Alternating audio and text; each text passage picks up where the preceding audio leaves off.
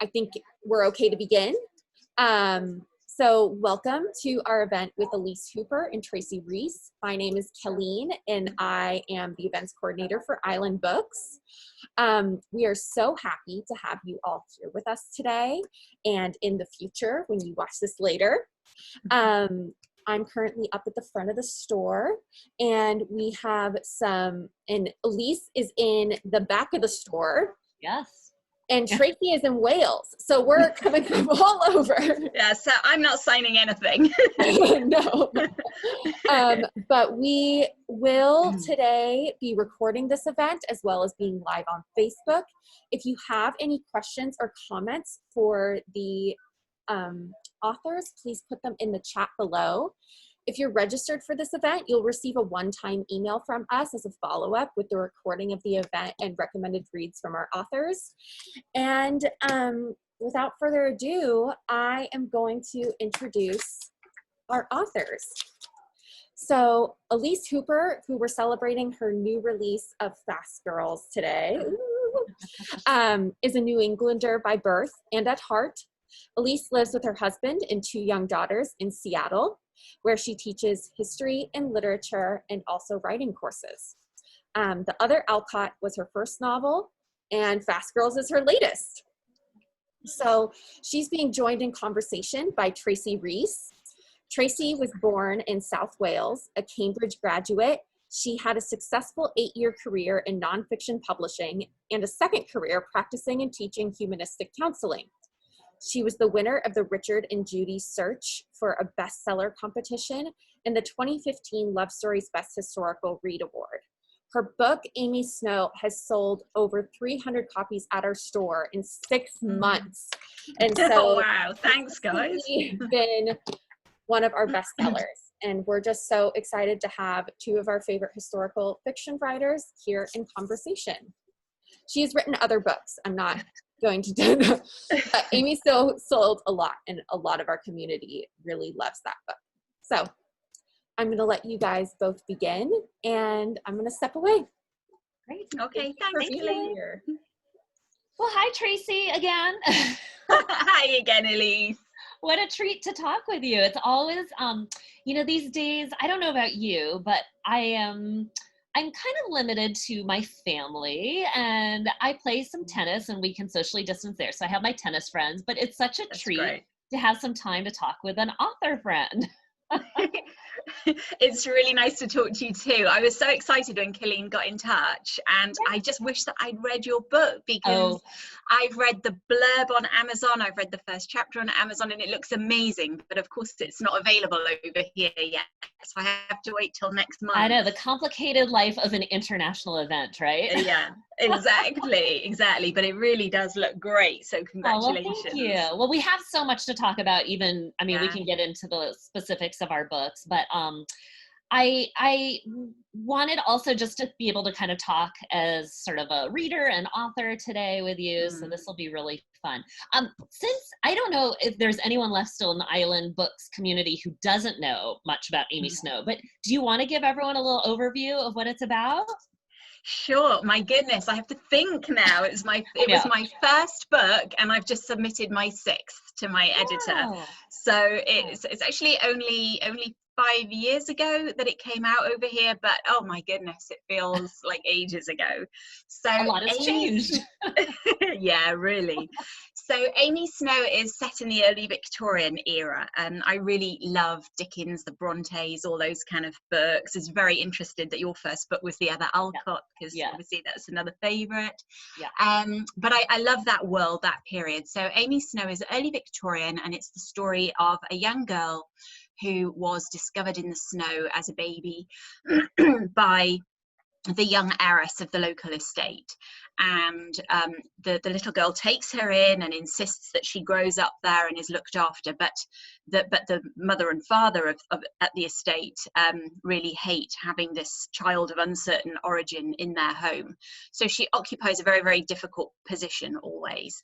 And then Aurelia, the young heiress, who is Amy's only friend, dies when Amy is 17, so she gets thrown out, and it looks like it's all going to go horribly wrong for her, but actually Aurelia has left her a secret legacy, which is a bundle of letters, and each letter has a clue as to where she can find the next letter. So it's kind of like a treasure hunt, and Amy has to travel all across Britain, the length and the breadth, in search of these letters, each of which reveals a little more of a secret that Aurelia had that Amy never knew. And all the while she has to do this without letting Aurelia's parents know that there's anything up at all. Yeah. So that's it basically. Yeah, well, I do love that world too. Dickens is one of my favorite authors. Jane Eyre, it continues. I know. I mean, when people say what's one of your favorite books, Jane Eyre is always in my top 5 for sure. Same. So yes, I love that world. And yeah, the Other Alcott, I mean, so that's more the 1870s, so it's a little after, but of course, yes. While I was researching the Alcotts, I mean, you know, they're born in the 1840s, so that's right in the same sort of same period. And I noticed at one point you had mentioned how much things changed in the Victorian era. Yeah. And I think that's so interesting because I don't think people typically think of the Victorian era as being a real period of change. What did you mean when you said that? I think because nowadays people use the word Victorian to mean probably, well, old-fashioned, obviously, right. A bit staid, a bit stuffy, you know, kind of sexually very moralistic and so on. But actually, the Victorian era spanned 60 years, which is an incredibly long reign for a monarch. And during that time, so many things changed: industry, transport. Obviously I'm talking about England because that's what I researched rather than America, but I'm pretty sure it was a similar. No, it's the same thing here. Just so many things, newspapers, you know, periodicals, stories being published, printing technology, all sorts of things. And when I kind of just randomly picked the year 1837 to start Amy, and I just by chance, it turned out that was right at the cusp of the travel revolution. So there were still stagecoaches and carriages, but they were starting to die away, and everybody was very, very excited about the railways, the trains. And it took me ages to find out, because obviously Amy travels around a lot in the story. It took me ages to find out, well, would she have taken that journey by coach or by train? And it was a real eye-opener. Right. I know the research part. I mean, any of us who, of course, write historical fiction, we love figuring that stuff out, right? Transportation times are always something I spend a lot of time on. It's funny. So, right, I start with the Other Alcott, but I was just thinking as you were talking about the Victorians, then my last, so Learning to See, Fast Girls, and the book I'm writing now, the book I'm working on now is a World War II, but the other two are really kind of the 30s and early 40s. So it's kind of interesting that I've landed there. Again, though, a time of great change. I think times of great change are such an excellent backdrop, of course, for any story, because, and here we are in one currently. I mean, I think it tests us. It sort of can bring out aspects to characters and to ourselves that we didn't really know existed, right? Yeah, exactly. Yeah. Well, if you don't mind, then I'll take a sec, since you haven't, since Fast Girls hasn't yet come to England. If you'll humor me for a minute, I'll tell everyone what it's about. Do. Thanks. Fast Girls is about 3 trailblazing women track stars of the 20s and 30s. And something, when we talk about a period of change, something I had no idea when I began this novel was, I think I had always attributed kind of women's sports, and here I've been a lifelong athlete, to kind of really taking off in like the late 60s and the 70s. I grew up outside of Boston watching the Boston Marathon. Of course, women start racing in that in the late 60s, at first unofficially, into great scandal. And then, you know, I think of the passage of Title IX here in the United States in 1972 as really opening the floodgates to women athletes. But what I found was there's this long history of women pushing boundaries in athletics. And so while I focused on now I'm all messed up between the 1800s in 1928 is when Fast Girls opens with our first athlete, Betty Robinson, who is then invited to join the women's track and field team as a 16-year-old. She's basically a schoolgirl who has just been found to be a fast runner. And it's only a handful of races. She finds herself in Amsterdam running in these 1928 Olympics. The first year women are allowed to compete in track and field. Really, up until that point, it was just a tiny number of sports. It was starting in about 1900, women start competing in tennis, sailing, fencing, and archery, and sort of in those early years, the sports come and go. But track and field was really seen as pretty blue class. Like Amy Snow would not have been encouraged to by her family to compete in track and field. And so it kind of, the doors open up to women, we'll see, in these kind of in the late 20s and certainly then the 1930s. And of course, then World War II will be a big period where women will sort of find themselves in all these different roles.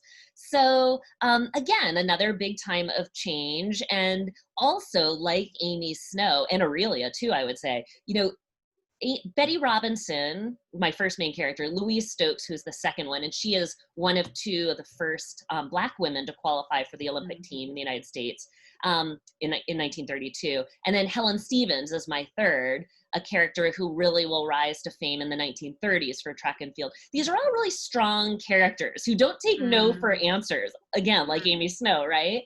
Yeah, right.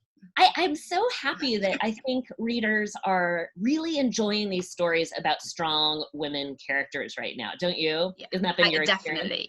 Definitely, yeah. And I think the idea that back in the day, whatever period we're looking at, women were very timid and docile and didn't rebel or think for themselves is just a mistake. I think it's an example of when history kind of rewrites itself the way it wants to be seen, because actually women have been doing remarkable things all throughout time, and even the ones that didn't do anything that might be story worthy, they were still thinking their own thoughts and having their own experiences, and you know, it was tough. So yeah, I think to bring those people to life now is an important thing to do, and it does seem to be something that people are really interested to read about. Yes, thankfully, right? Yeah. These are the books that I love to read, and I'm just glad. I mean, I'm writing the books essentially that I want to read, and I'm just so grateful that fortunately there's a market for it. Other people are interested in these women as well. Exactly. And yours all sounds so different. I read the blurb, you know, read about Betty and Helen and Louise, and I was like, wow, you know, they're from such different backgrounds. They've got different challenges to face, and yet they all ended up, you know, doing this remarkable thing. I know. You know, that was, I mean, there were so many women I encountered over the course of researching this novel that could have been amazing main characters. And I don't know about you, but I often find like there's something like it's a bit of chemistry, right? Of why you kind of land on a character. It's almost like falling in love. You just kind of have to have that sort of dynamic, right? Yeah. And the first one I encountered here was Betty Robinson. And this was the schoolgirl outside of Chicago. And she basically is running for the train one day, and a teacher spots her and she's running quickly, and she then finds herself in Amsterdam. And what really becomes pretty amazing about her story, on top of just these big firsts in American history, but then she's in a plane crash, and she's left for dead. I mean, a farmer just kind of throws her into the back of a truck, drops her off at the morgue, and it's not till the undertaker sees her chest moving, that she is be alive. And I was reading this and I couldn't, and I will tell everyone without giving too much away, she will come back, although the doctors tell her, give it up, you know, you'll be lucky to ever walk again, much less run. She won't take no as an answer, and she will have this amazing comeback story. And as I was reading all of this, I just, in my research, I couldn't believe I had never heard of Betty. I mean, I hadn't. Right? I hadn't. That's incredible. I know. So, and then Louise, just, I think I describe her as kind of the erased Olympian, where she is one of these two first Black women. She encounters so many obstacles, like all of these women, of course, sexism, but also she has racism.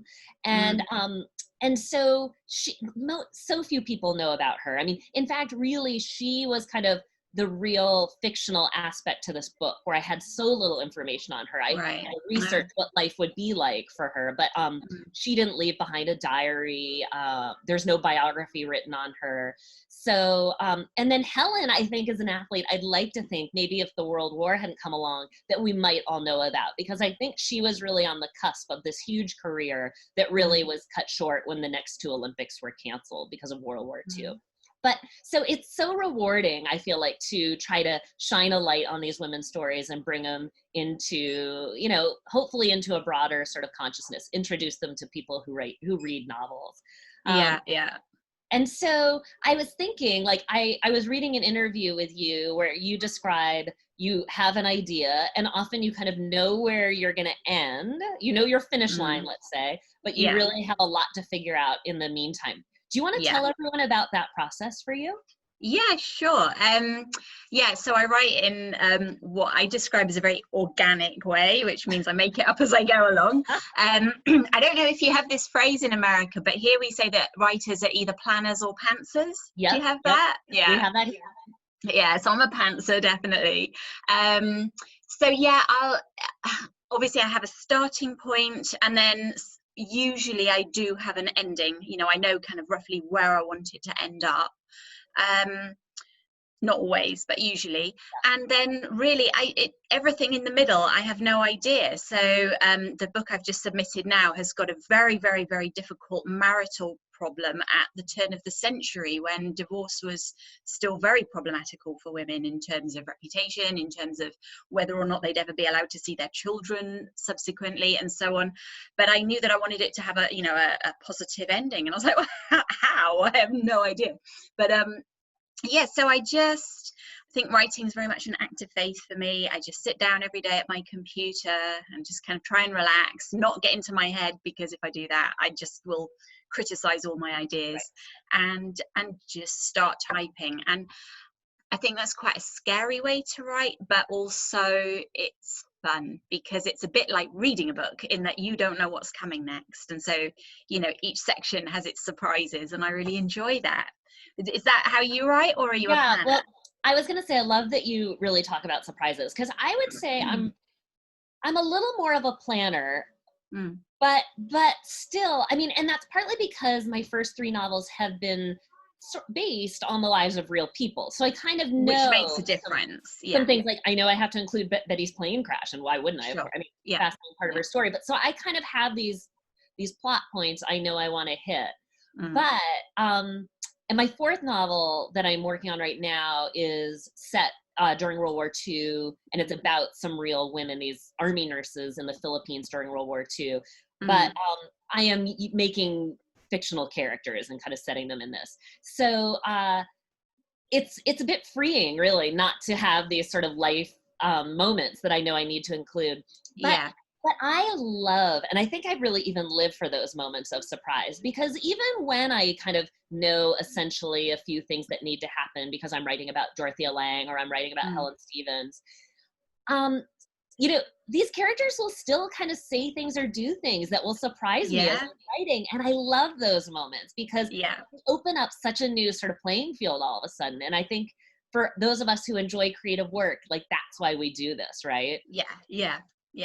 Yeah, it's really fun. So I'm a little more toward the middle. I tend to have an outline, and yet I guarantee, like, a million times while I'm working on this, I'll have various ideas, and usually my editor always seems to totally roll with the ways I sometimes deviate from my originally planned outline. That's lucky. I'm lucky. So far, so good. But I think that's what keeps it fresh. Because I really do think if you're boring yourself, right? I mean, there are those times I'm writing a scene, I'm like, I'm boring myself. If I'm boring myself, I'm going to be boring my reader. Exactly. And then that's the time to step away and just do something else and come back to it another day fresh, when your subconscious has had time to work on it and mull it over and come up with something a bit fresher. The way that I work, the result of that is that I end up with the most enormous first draft in the world. It's usually like 150,000 words, which is ridiculous. And then I have to cut back so much. But that just works for me, because I'd rather have a whole mass of stuff and then be able to switch into a more analytical brain and think, okay, what's working here, what's not, what do I like, what's boring me, like you say. Right. You know, and then I can kind of start to sculpt away and trim it down, and so that then what I'm left with is the best of a big outpouring of ideas. Right. Yeah, but it's always a little bit exasperating when I realize, yeah, it's 150,000 words again.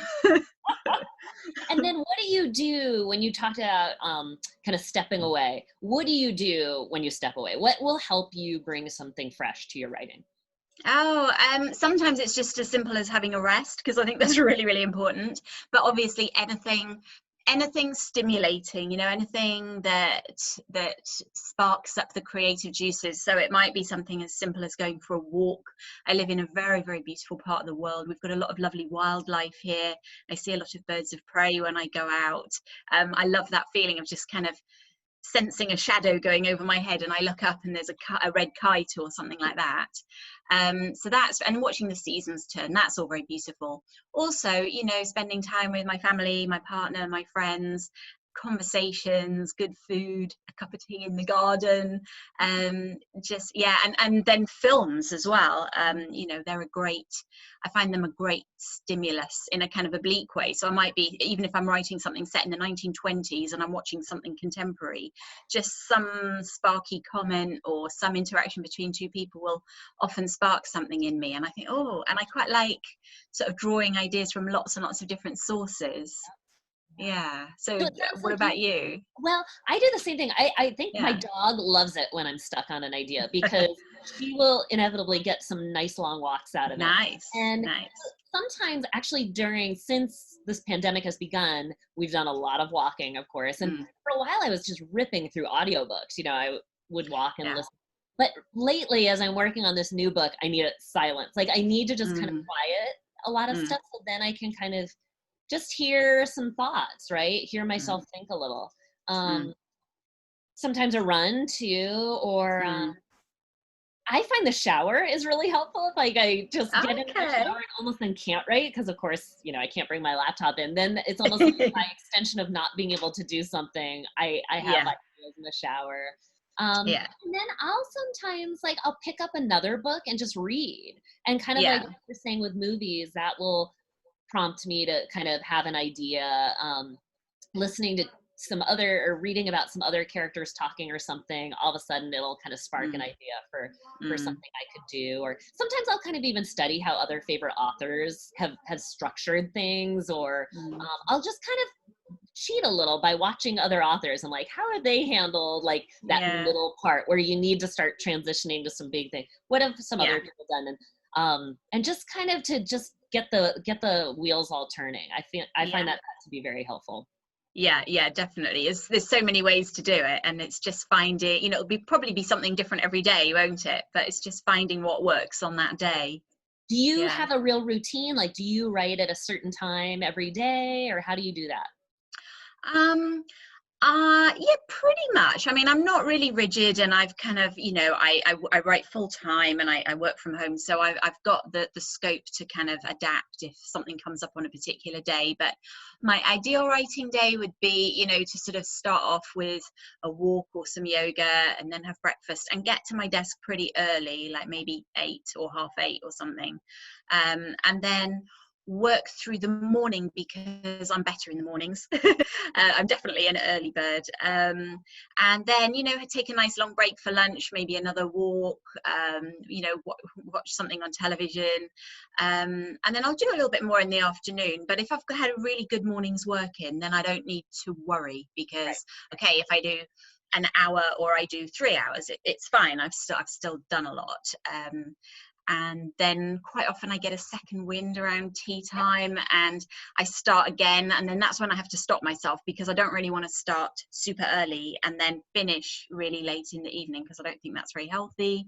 So it's balance.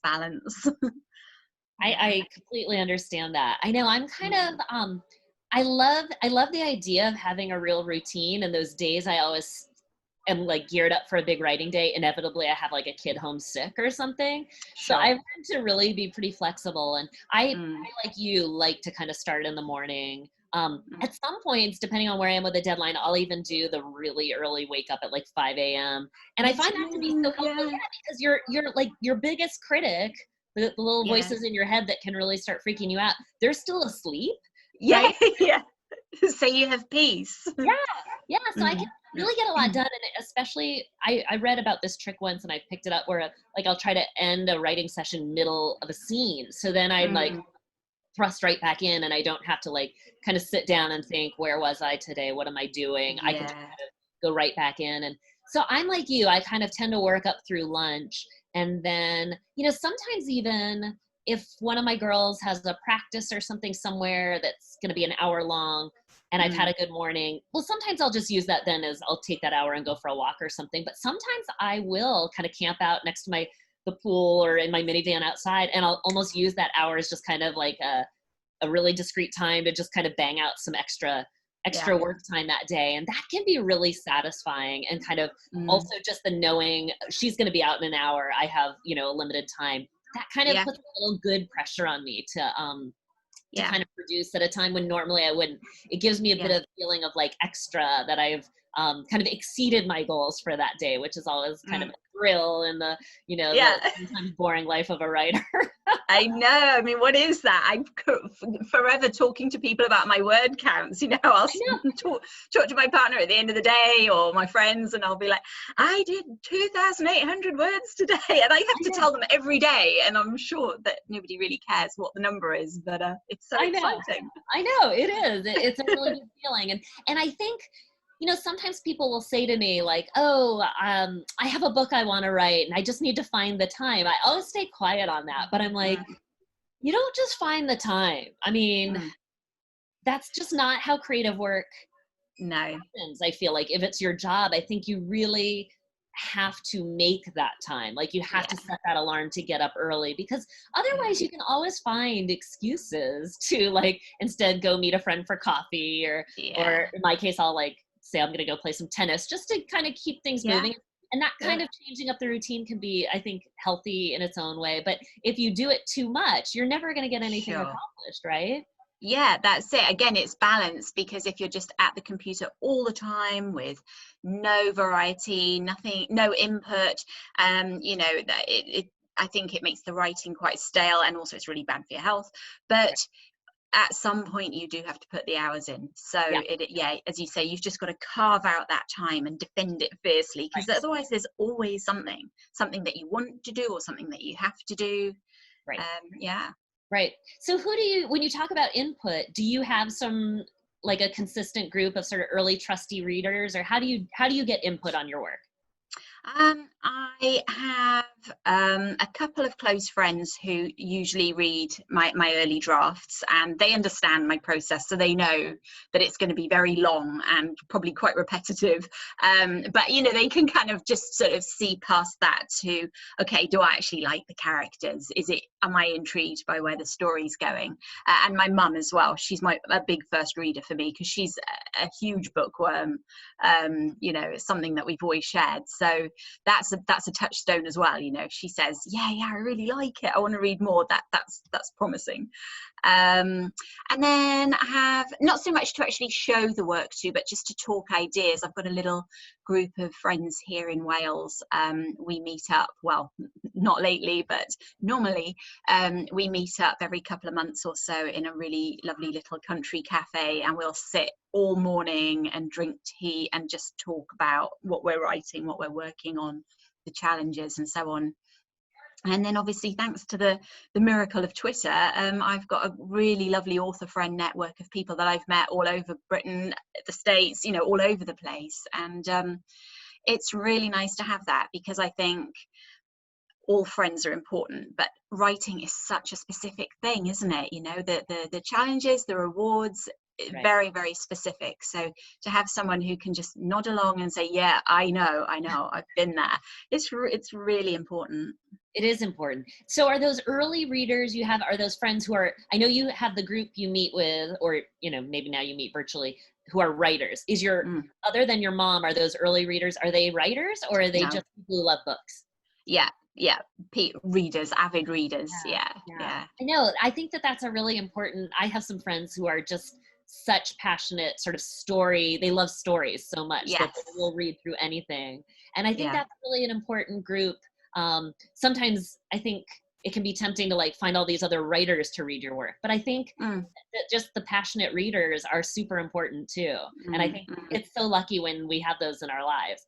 Right. Yeah, definitely. And that's what we all were before we were writers. So, and and still are. So that's really, I mean, I remember that feeling of just being a reader, going to bookshops, browsing for hours, thinking, oh my God, I want to buy all of them, and then taking them home, finding a real gem, and thinking, oh, I just don't want this story to end. And that's the feeling, isn't it, that we're all aiming for as readers and writers. It is absolutely. And so you talked a little about, is your most recent book set in the 1920s? Have you moved periods a bit? Oh no, my fourth book was 1920. Yes, I've moved periods. I jump around a bit. So my first two books were both Victorian. My third one was actually a time slip dual narrative. So it was half contemporary and half 1950s. The fourth one was 1920s. The fifth one was turn of the century, and so is the most recent one. So I switch it up just because I want to keep interested. Like you said about, if I'm bored, then the reader's going to be bored. And I like learning new things. I like steeping myself in different periods, and it sounds like you do the same. Actually, I do, although then it is sort of funny that my three most recent books will they're all closer together. Sort of the 30s, but I also think, boy, I mean, there's so many, like, depending on where you are in the world or the country, I mean, things can just be so different even though you're in the same time period. So I mean, from moving from Dorothea Lange to these runners, it still felt completely different to me. I had so much to learn about. I mean, in Fast Girls, I really set myself up for a challenge where I'm writing about 3 different Olympics. Here I thought this book would be coming out during an Olympic summer. I was really looking forward to Tokyo 2020. Yeah, of course. But I had to learn about 1928 Olympics in Amsterdam, 1932 in Los Angeles, and then the big headliner that, of course, interests a lot of people, 1936 in Berlin.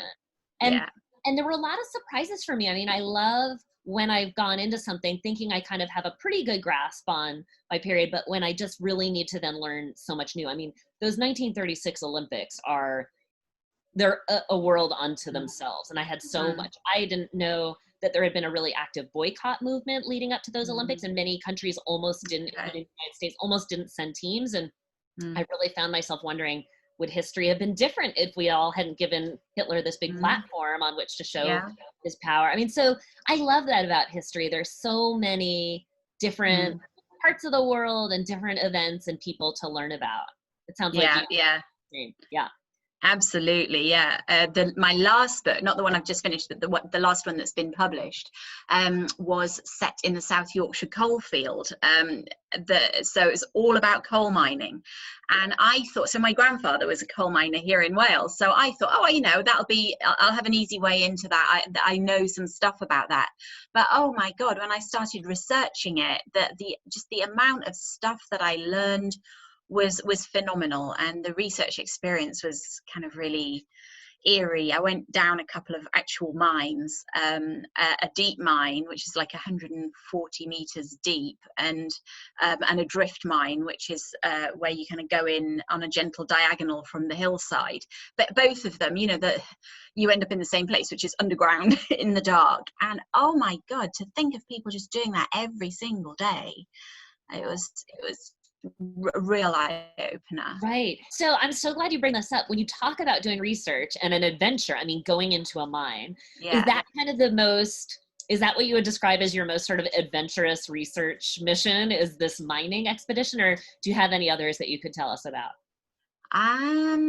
That's probably the most adventurous, actually, because that was, I had 2 main characters in that book, and one was a girl, Josie, and one was a boy, Tommy, and he was actually, he was a dreamer. He would have loved to go further in school, but back then that was not an option for those people. It was almost feudal, even as recently as the 1890s.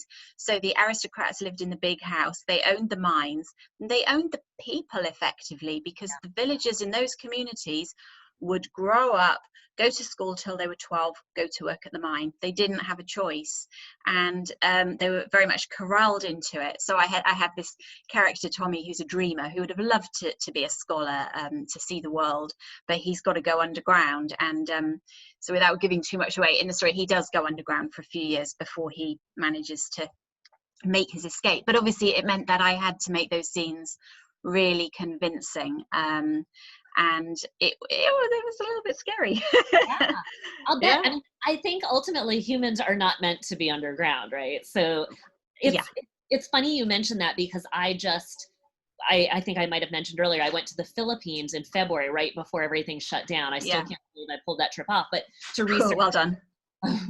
research this new book I'm working on about these army nurses who are in the Philippines, and they spend several months underground on this island of Corregidor. They're in these tunnels that the Army Corps of Engineers has built, and I went into those. So I'm not going down like a mine shaft or anything, but there is something very surreal and terrifying about being underground for me. I think for most of us. Yeah. I think so. I think it's the unnaturalness of it, isn't it? And so part of the reason I went all the way around the world to do that was to experience that, because I do think our imaginations are capable of so much, but there are those experiences. In my case, I knew I wanted to see that tunnel system. The Melinta Tunnel is what it's called. I needed to see that firsthand to just have sort of a grasp, and it sounds like you did too.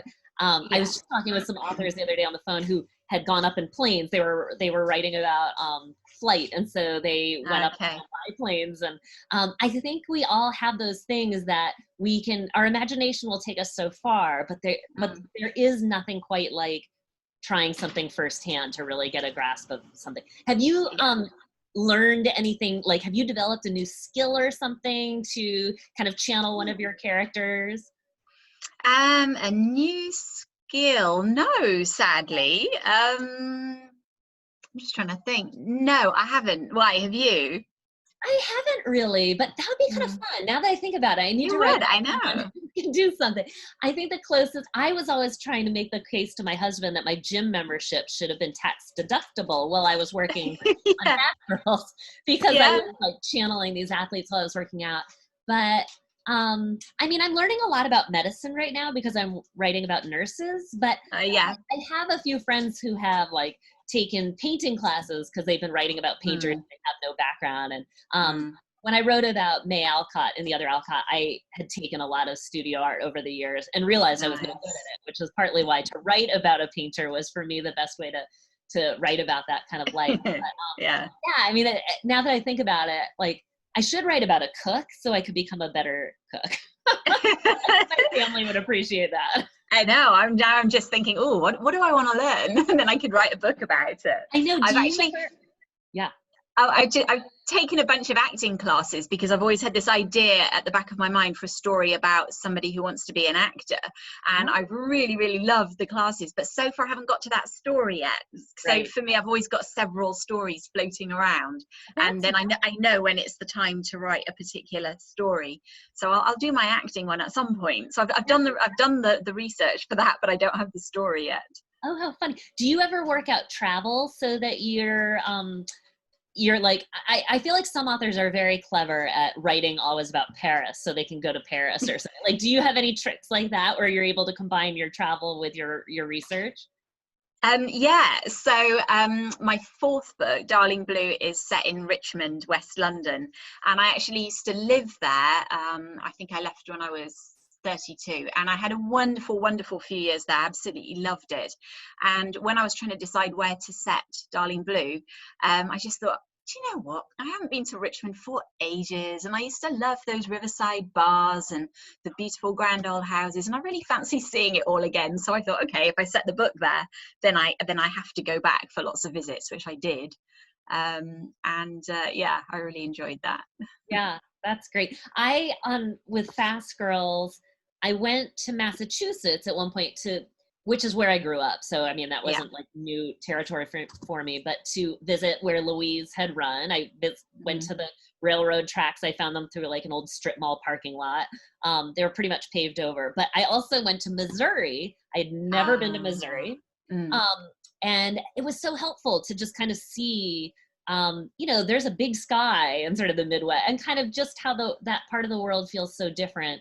And I was also able to go visit Helen Stevens' like private collection of papers and see her photographs. Amazing. People used to keep these beautiful old scrapbooks. So, I mean, I think that's something our generation really is losing, because we just sort of photograph everything. But gosh, these just everything, like the programs she saved, the race bibs, just all of that was really exciting to see firsthand. And then of course the trip I did to the Philippines was amazing. And it must have been incredible. Yeah, and it's probably a place I wouldn't have gone to if I hadn't landed on this book. And in fact, I'd said to my husband, when I found this group of nurses and became really entranced with their story, I'd said to him, like, I can't write this if I haven't gone to the Philippines. And he was like, well, you know what you have to do then. So fortunately, he supported that. That's very cool. But, and what amazing timing. Thank goodness you got that. I know that timing, that book, that will always feel very special and sort of weird just for that reason, because now I do sort of wonder, when will we be traveling again? I don't know. No, I think nobody knows. And that's the weird thing, isn't it? You know, even if we knew it was going to be a year, okay, you can make plans for a year, but it's the not knowing is really tricky. It is, the not knowing is hard. I've been using that a lot when writing this World War II story, because I don't know if I could have ever really related to that aspect of our characters during this big, seemingly endless war of like, is this now what our lives are like? Is there an end to this? I really have found that to be, I mean, that's the upside to what we're going through, is I've really found it helpful to try to place myself in those characters' lives.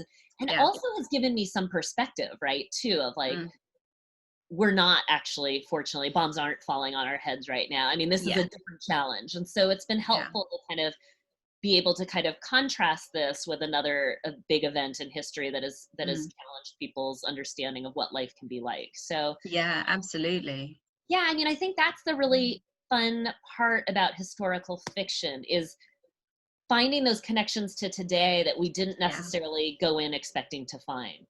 Yes, yeah, and finding all the ways that what we're going through now maps onto the past, and vice versa. Right. Yeah. Do you think, will you always write historical fiction, or? No, I love writing historical fiction.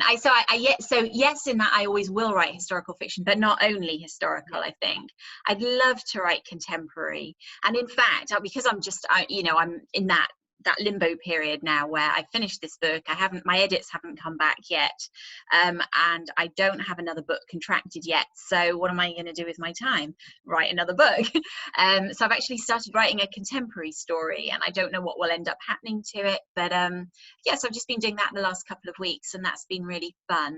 And I also really love magical tales, fairy tales, fantasy, and so I've always got ideas for those sort of floating around in my head as well. So one day I'd love to have the time and space to settle down and try something like that, because I think as a reader I read quite broadly, and it's nice to move around. What about you? Do you fancy other genres? Or I feel like I just have always been really steeped in history, and I was a high school English and history teacher for a lot, so I don't know. I mean, I never say never, but I could see doing some sort of like dual timeline, of course, where there's a current and but I do love, but again, never say never. I don't know. We'll see. I do love the idea of some sort of like mystery or thriller component. Oh, okay.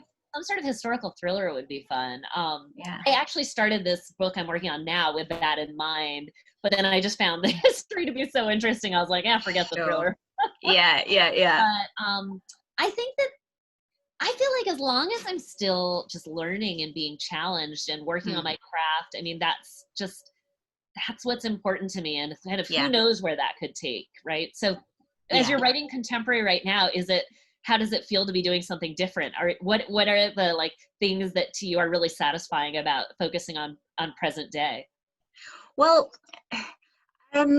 So one of the things I've always loved about writing historically is that obviously in past eras the language was very different, dialogue was very different, and I love that. I love, you know, especially when you're looking at the Victorian era, people express themselves so elegantly, and I've always really enjoyed the sort of the floweriness of it.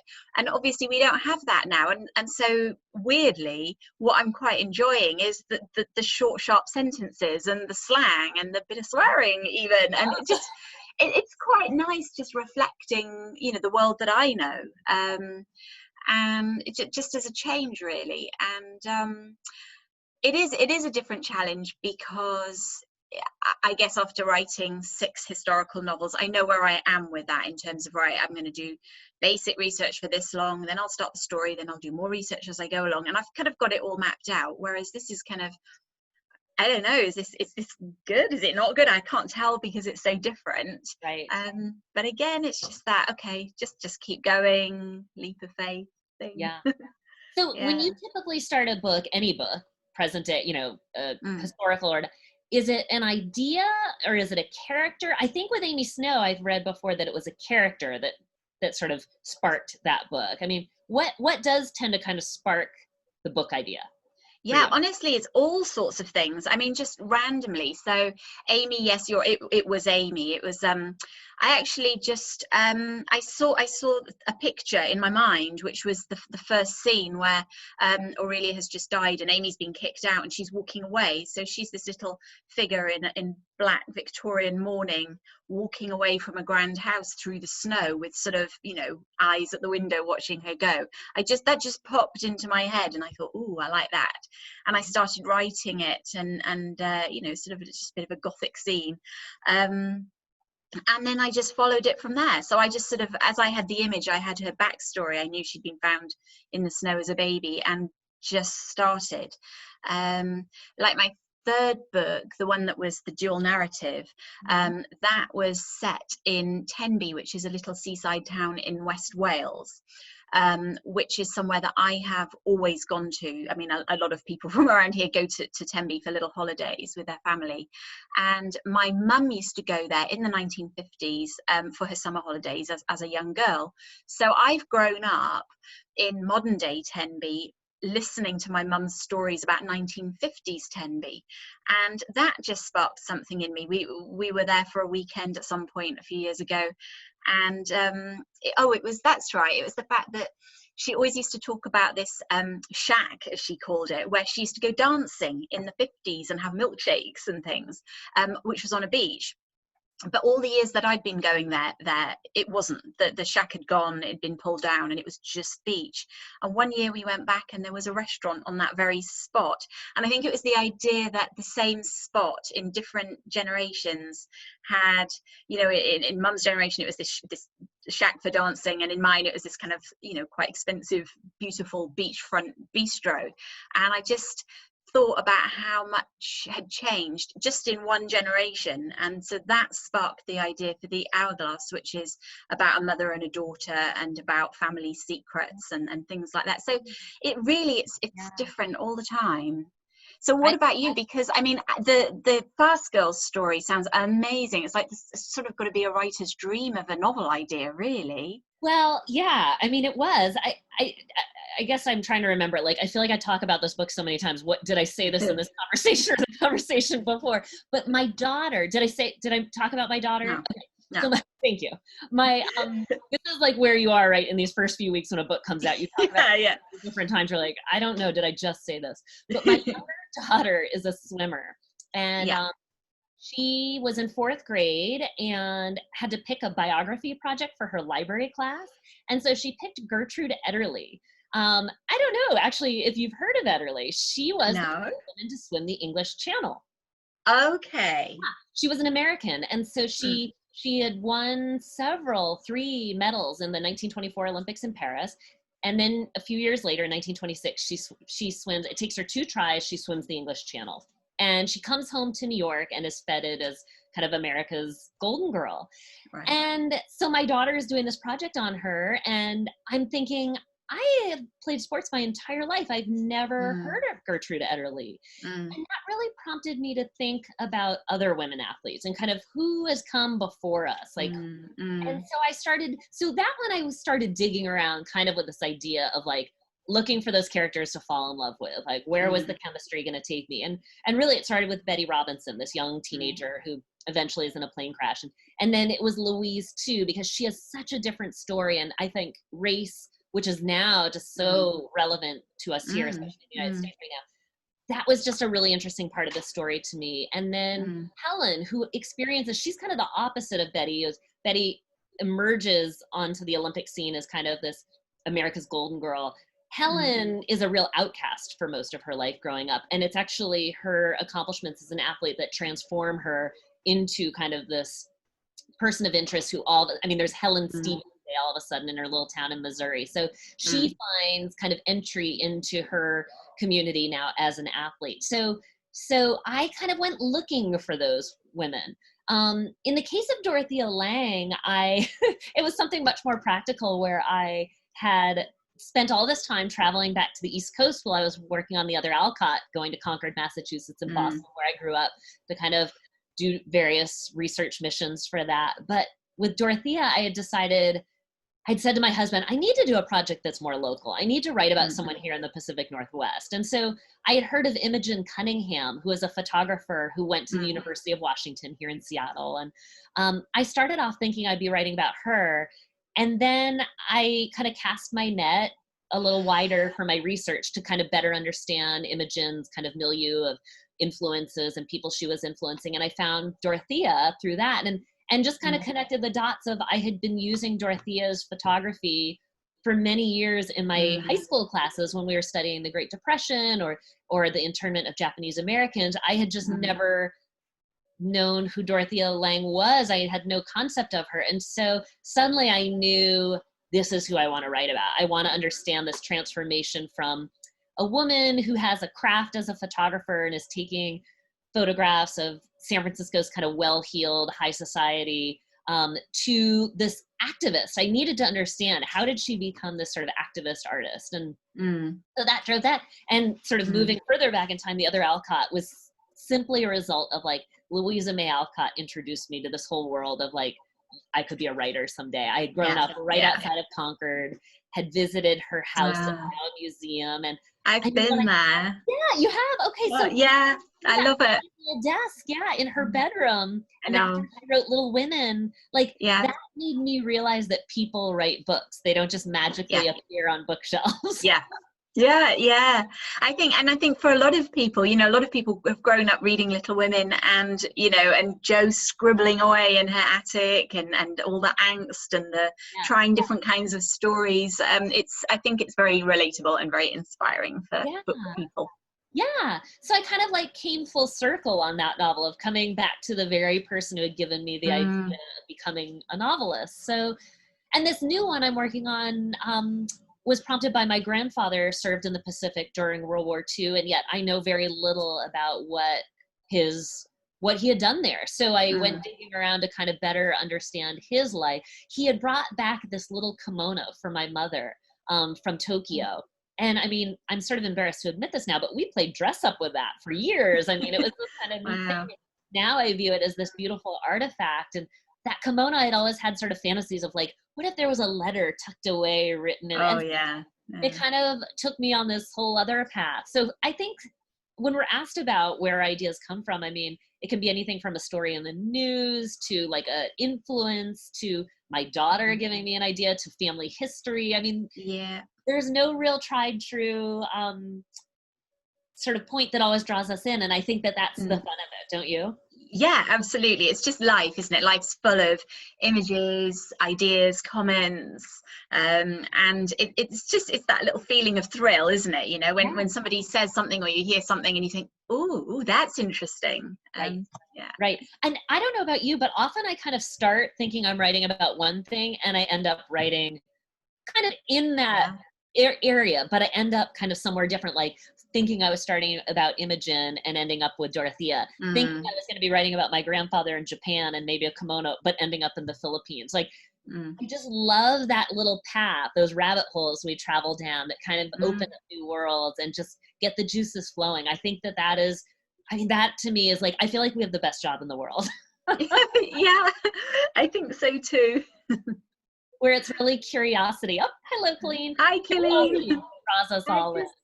I wanted to thank you both for being here and your participation. I mean, we've been up here kind of listening and both want to go back and listen to the conversation again. There's so much, it was so engaging and enriched with like your writer habits, but so much deeper about just this conversation of historical fiction in general. And I'm sorry for cutting you off, Elise. I thought you would stop. And I was like, I could see the time. I knew we were nearing that time.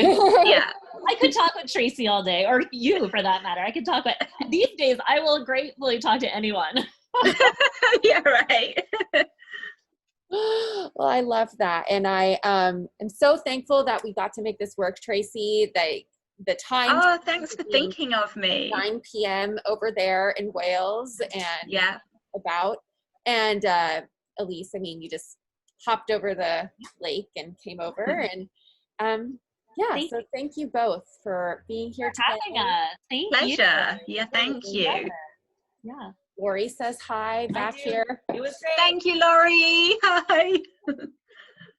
And we just so enjoy it. So I'm just going to sign off for everyone. Thank the audience for participating when you could. And thank you two for just being willing to have such a fantastic discussion about historical fiction and the many places it has taken the both of you.